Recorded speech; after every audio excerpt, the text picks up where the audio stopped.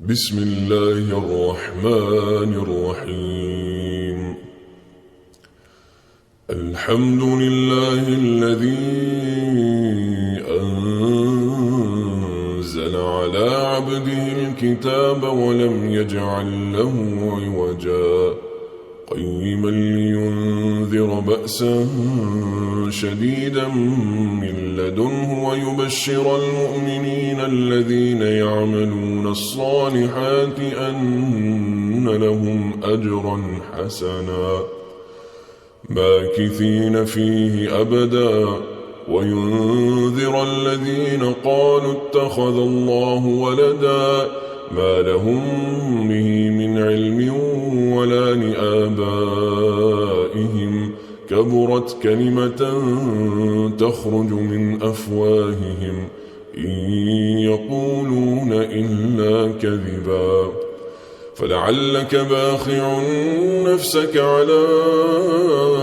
آثارهم إن لم يؤمنوا بهذا الحديث أسفا إنا جعلنا ما على الأرض زينة لها لنبلوهم أيهم أحسن عملا وإنا لجاعلون ما عليها صعيدا جرزا أم حسبت أن أصحاب الكهف والرقيم كانوا من آياتنا عجبا إذ أوى الفتية إلى الكهف فقالوا ربنا آتنا من لدنك رحمة وهيئ لنا من أمرنا رشدا فضربنا على آذانهم في الكهف سنين عددا ثم بعثناهم لنعلم أي الحزبين أحصى لما لبثوا أمدا نحن نقص عليك نبأهم بالحق إنهم فتية آمنوا بربهم وزدناهم هدى وربطنا على قلوبهم إذ قاموا فقالوا ربنا رب السماوات والأرض لن ندعو من دونه إلها لقد قلنا إذا شططا هؤلاء قومنا اتخذوا من دونه آلهة لولا يأتون عليهم بسلطان بين فمن أظلم ممن افترى على الله كذبا وإذ اعتزلتموهم وما يعبدون إلا الله فأووا إلى الكهف ينشر لكم ربكم من رحمته ويهيئ لكم من أمركم مرفقا وترى الشمس إذا طلعت تزاور عن كهفهم ذات اليمين وإذا غربت تقرضهم ذات الشمال وهم في فجوة منه ذلك من آيات الله من يهد الله فهو المهتد ومن يضلل فلن تجد له وليا مرشدا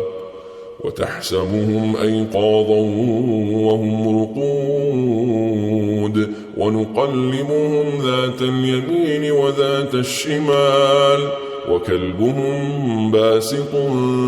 ذراعيه بالوصيد لو اطلعت عليهم لوليت منهم فرارا ولملئت منهم رعبا وكذلك بعثناهم ليتساءلوا بينهم قال قائل منهم كم لبثتم قالوا لبثنا يوما أو بعض يوم قالوا ربكم أعلم بما لبثتم فابعثوا أحدكم بورقكم هذه إلى المدينة فلينظر أيها أزكى طعاما فليأتكم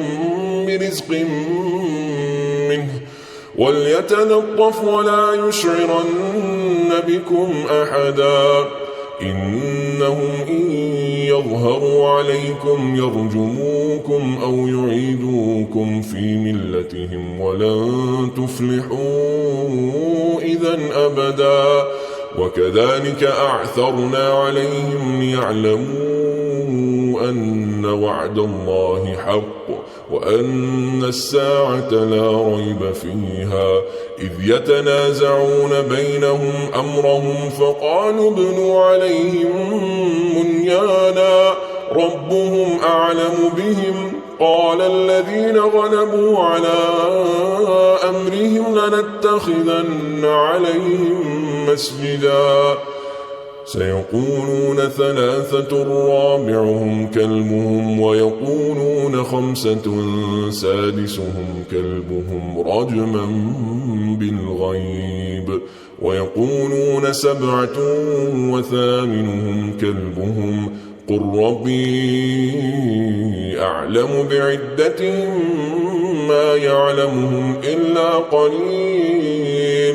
فلا تمار فيهم إلا مراء ظاهرا ولا تستفت فيهم منهم أحدا. ولا تقولن لشيء إني فاعل ذلك غدا إلا أن يشاء الله. واذكر ربك إذا نسيت وقل عسى أن يهديني ربي لأقرب من هذا رشدا. ولبثوا في كهفهم 300 سنين وازدادوا 9 قل الله أعلم بما لبثوا له غيب السماوات والأرض أبصر به وأسمع ما لهم من دونه من ولي ولا يشرك في حكمه أحدا. واتل ما أوحي إليك من كتاب ربك لا مبدل لكلماته ولن تجد من دونه ملتحدا. واصبر نفسك مع الذين يدعون ربهم بالغداة والعشي يريدون وجهه ولا تعد عيناك عنهم تريد زينة الحياة الدنيا ولا تطع من أغفلنا قلبه عن ذكرنا واتبع هواه وكان أمره فرطا. وقل الحق من ربكم فمن شاء فليؤمن ومن شاء فليكفر إنا أعتدنا للظالمين نارا أحاط بهم سرادقها وإن يستغيثوا يغاثوا بماء كالمهل يشوي الوجوه بئس الشراب وساءت مرتفقا. إن الذين آمنوا وعملوا الصالحات إنا لا نضيع أجر من أحسن عملا أولئك لهم جنات عدن تجري من تحتهم الأنهار يحلون فيها من أساور من ذهب ويلبسون ثيابا خضرا من سندس واستبرق متكئين فيها على الأرائك نعم الثواب وحسنت مرتفقا. واضرب لهم مثل الرجلين جعلنا لأحدهما جنتين من أعناب وحففناهما بنخل وجعلنا بينهما زرعا كلتا الجنتين آتت أكلها ولم تظلم منه شيئا وفجرنا خلالهما نهرا وكان له ثمر فقال لصاحبه وهو يحاوره أنا أكثر منك مالا وأعز نفرا. ودخل جنته وهو ظالم لنفسه قال ما أظن أن تبيد هذه أبدا وما أظن الساعة قائمة ولئن رددت إلى ربي لأجدن خيرا منها منقلبا. قال له صاحبه وهو يحاوره أكفرت بالذي خلقك من تراب ثم من نطفة ثم سواك رجلا لكن هو الله ربي ولا أشرك بربي أحدا. ولولا إذ دخلت جنتك قلت ما شاء الله لا قوة إلا بالله إن ترني أنا أقل منك مالا وولدا فعسى ربي أن يؤتيني خيرا من جنتك ويرسل عليها حسبانا من السماء فتصبح صعيدا زلقا أو يصبح ماؤها غورا فلن تستطيع له طلبا. وأحيط بثمره فأصبح يقلب كفيه على ما أنفق فيها وهي خاوية على عروشها ويقول يا ليتني لم أشرك بربي أحدا. ولم تكن له فئة ينصرونه من دون الله وما كان منتصرا. هنالك الولاية لله الحق هو خير ثوابا وخير عقبا. واضرب لهم مثل الحياة الدنيا كماء إن أنزلناه من السماء فاختلط به نبات الأرض فأصبح هشيما تذروه الرياح وكان الله على كل شيء مقتدرا. المال والبنون زينة الحياة الدنيا والباقيات الصالحات خير عند ربك ثوابا وخير أملا. ويوم نسير الجبال وترى الأرض بارزة وحشرناهم فلم نغادر منهم أحدا. وعرضوا على ربك صفا لقد جئتمونا كما خلقناكم أول مرة بل زعمتم أن لن نجعل لكم موعدا. ووضع الكتاب فترى المجرمين مشفقين مما فيه ويقولون يا ويلتنا ما لهذا الكتاب لا يغادر صغيرة ولا كبيرة إلا أحصاها ووجدوا ما عملوا حاضرا ولا يظلم ربك أحدا. وإذ قلنا للملائكة اسجدوا لآدم فسجدوا إلا إبليس كان من الجن ففسق عن أمر ربه أفتتخذونه وذريته أولياء من دوني وهم لكم عدو بئس للظالمين بدلا. ما أشهدتهم خلق السماوات والأرض ولا خلق أنفسهم وما كنت متخذ المضلين عضدا ويوم يقول نادوا شركائي الذين زعمتم فدعوهم فلم يستجيبوا لهم وجعلنا بينهم موبقا ورأى المجرمون النار فظنوا أنهم مواقعوها ولم يجدوا عنها مصرفا ولقد صرفنا في هذا القرآن للناس من كل مثل وكان الإنسان أكثر شيء جدلا وما منع الناس أن يؤمنوا إذ جاءهم الهدى ويستغفروا ربهم إلا أن تأتيهم سنة الأولين أو يأتيهم العذاب قبلا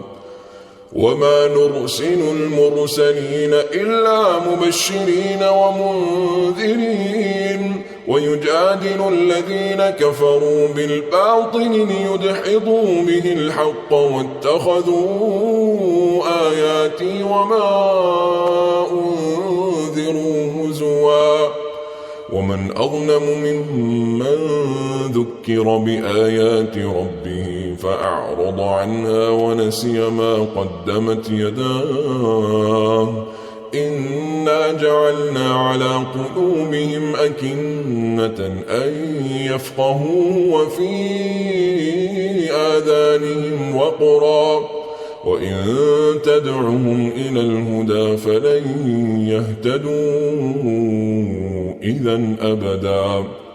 وربك الغفور ذو الرحمة لو يؤاخذهم بما كسبوا لعجل لهم العذاب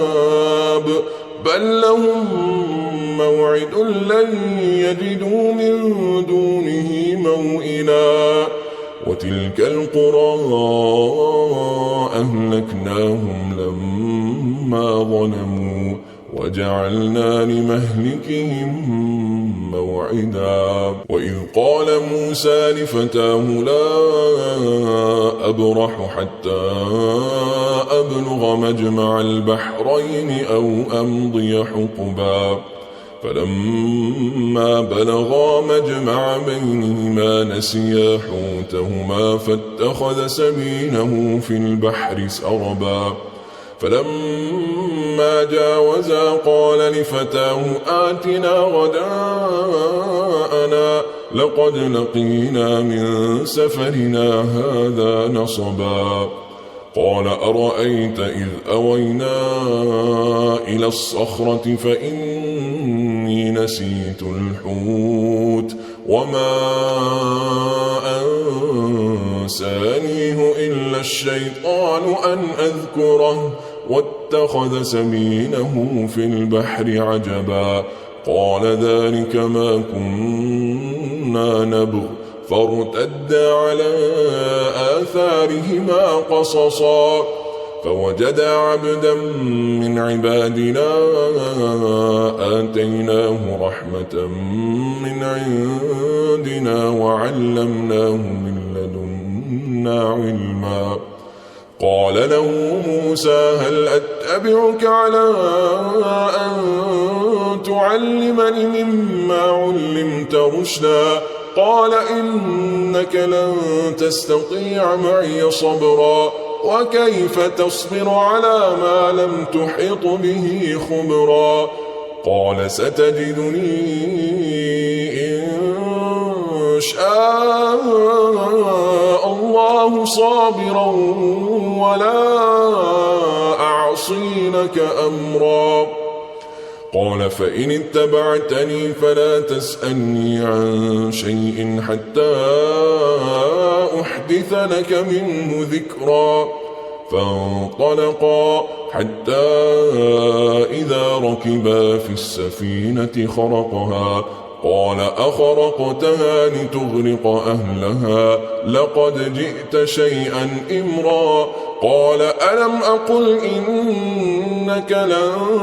تستطيع معي صبرا قال لا تؤاخذني بما نسيت ولا ترهقني من أمري عسرا فانطلقا حتى إذا لقيا غلاما فقتله قال أقتلت نفسا زكية بغير نفس لقد جئت شيئا نكرا قال ألم أقل لك إنك لن تستطيع معي صبرا قال إن سألتك عن شيء بعدها فلا تصاحبني قد بلغت من لدني عذرا فانطلقا حتى إذا أتيا أهل قرية استطعما أهلها فأبوا أن يضيفوهما فوجدا فيها جدارا يريد أن ينقض فأقامه قال لو شئت لاتخذت عليه أجرا قال هذا فراق بيني وبينك سأنبئك بتأويل ما لم تستطع عليه صبرا أما السفينة فكانت لمساكين يعملون في البحر فأردت أن أعيبها وكان وراءهم ملك يأخذ كل سفينة غصبا وأما الغلام فكان أبواه مؤمنين فخشينا أن يرهقهما طغيانا وكفرا فأردنا أن يبدلهما ربهما خيرا منه زكاة وأقرب رحما وأما الجدار فكان لغلامين يتيمين في المدينة وكان تحته كنز لهما وكان أبوهما صالحا فأراد ربك أن يبلغا أشدهما ويستخرجا كنزهما رحمة من ربك وما فعلته عن أمري ذلك تأويل ما لم تسطع عليه صبرا ويسألونك عن ذي القرنين قل سأتلو عليكم منه ذكرا إنا مكنا له في الأرض وآتيناه من كل شيء سببا فأتبع سببا حتى إذا بلغ مغرب الشمس وجدها تغرب في عين حمئة ووجد عندها قوما قلنا يا ذا القرنين إما أن تعذب وإما أن تتخذ فيهم حسنا قال أما من ظلم فسوف نعذبه ثم يرد إلى ربه فيعذبه عذابا نكرا وأما من آمن وعمل صالحا فله جزاء الحسنى وسنقول له من أمرنا يسرا ثم أتبع سببا حتى إذا بلغ مطلع الشمس وجدها تطلع على قوم لم نجعل لهم من دونها سترا كذلك وقد أحطنا بما لديه خبرا ثم أتبع سببا حتى إذا بلغ بين السدين وجد من دونهما قوما لا يكادون يفقهون قولا قالوا يا ذا القرنين إن يأجوج ومأجوج مفسدون في الأرض فهل نجعل لك خرجا على أن تجعل بيننا وبينهم سدا قال ما مكني فيه ربي خير فأعينوني بقوة أجعل بينكم وبينهم ردما آتوني زبر الحديد حتى إذا ساوى بين الصدفين قال انفخوا حتى إذا جعله نارا قال آتوني أفرغ عليه قطرا فما استطاعوا أن يظهروه وما استطاعوا له نقبا قال هذا رحمة من ربي فإذا جاء وعد ربي جعله دكاء وكان وعد ربي حقا وتركنا بعضهم يومئذ يموج في بعض ونفخ في الصور فجمعناهم جمعا وعرضنا جهنم يومئذ للكافرين عرضا الذين كانت أعينهم في غطاء عن ذكري وكانوا لا يستطيعون سمعا أفحسب الذين كفروا أن يتخذوا عبادي من دوني أولياء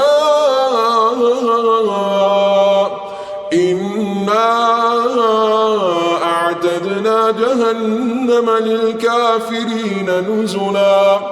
قل هل ننبئكم بالأخسرين أعمالا الذين ضل سعيهم في الحياة الدنيا وهم يحسبون أنهم يحسنون صنعا أولئك الذين كفروا بآيات ربهم ولقائه فحبطت أعمالهم فلا نقيم لهم يوم القيامة وزنا ذلك جزاؤهم جهنم بما كفروا واتخذوا آياتي ورسلي هزوا إن الذين آمنوا وعملوا الصالحات كانت لهم جنات الفردوس نزلا خالدين فيها لا يبغون عنها حولا قل لو كان البحر مدادا لكلمات ربي لنفد البحر قبل أن تنفد كلمات ربي ولو جئنا بمثله مددا قل إنما أنا بشر مثلكم يوحى إلي أنما إلهكم إله واحد فمن كان يرجو لقاء ربه فليعمل عملا صالحا ولا يشرك بعبادة ربه أحدا.